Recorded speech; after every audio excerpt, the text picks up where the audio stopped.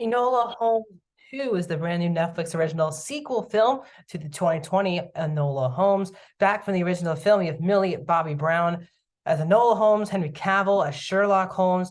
You have Louis Partridge, Susan Wokoma, and Helena Bonham Carter. In a new cast led by David Thewlis and Sharon Duncan Brewster. The film is about Enola Holmes. Following the events of the ending of the first film, Enola takes up her own detective agency firm, and she's on the case as a young child asks for where her missing sister is.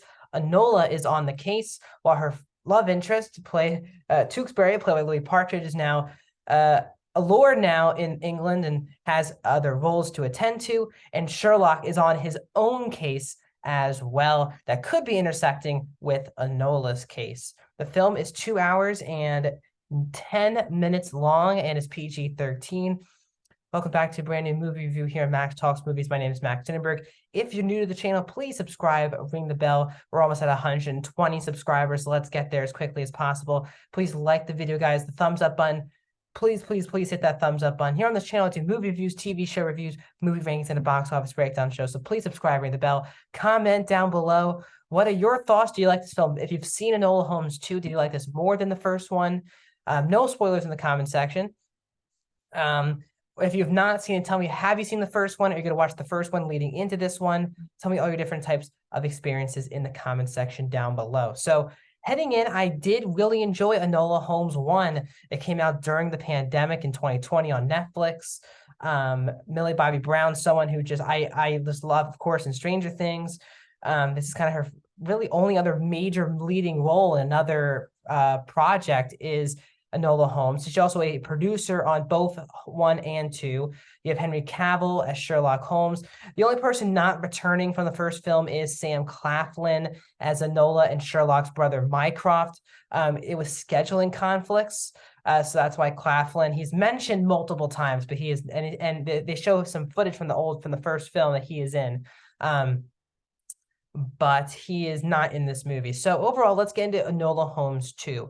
I do feel like the biggest reason why I do like this movie slightly more than the first one, really on the same page, it really is the dynamic between Enola and Sherlock. The previous movie, it was very much an Enola Holmes film with Sherlock and Mycroft very much in the background, trying to make sure Enola doesn't get into trouble. This time around, Sherlock, played by Henry Cavill, is on a case at the same time Enola is as well, and their cases kind of tie together, and it brings in a lot of great back and forth scenes between Millie Bobby Brown and Henry Cavill. It's the thing that this movie does at its best. They actually do feel like a brother and sister.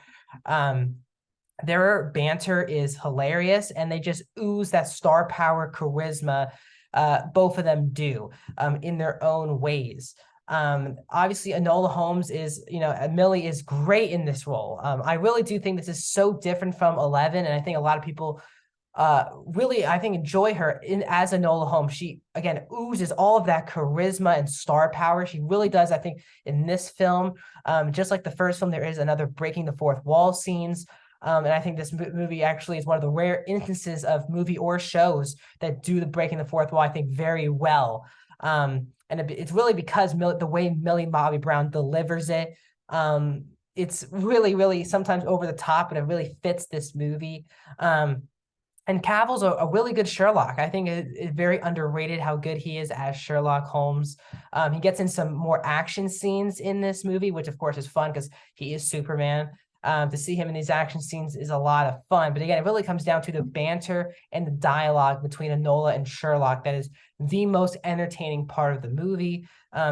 David Thewlis, who's a great new addition to the cast. He plays Grail, who is the head detective who is going after the same missing person as Enola is. And he kind of has this rivalry with Sherlock.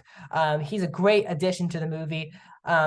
As one really fits this tone really good. Of course, it's great to see Helena Bonham Carter once again as the Holmes's mother. She's not in the movie that much, but when she's in, she's having clearly a blast filming the movie. As I said, it's a really easy watch. I really was having a blast from start to finish. The dialogue, it's a very fast-paced movie. The production designs are really good. The action set pieces are actually really well done in this movie. But it really comes down to this likable cast led by Brown and Cavill. They really carry this movie to being a really solid Netflix original film. So all those things are positives. Let's get into some of my negatives with Enola Holmes. And the first thing, that this is a very bloated runtime. This movie has no business being 2 hours and 10 minutes long. The first film was 2 hours and 3 minutes long. I think these movies desperately needed a 1 hour, 45-minute runtime.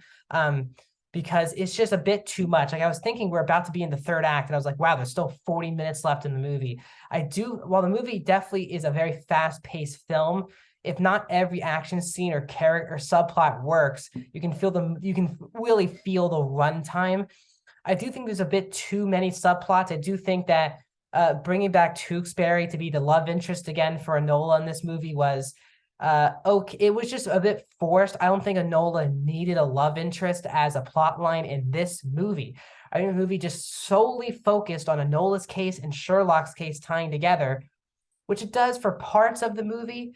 But then there's a couple subplots.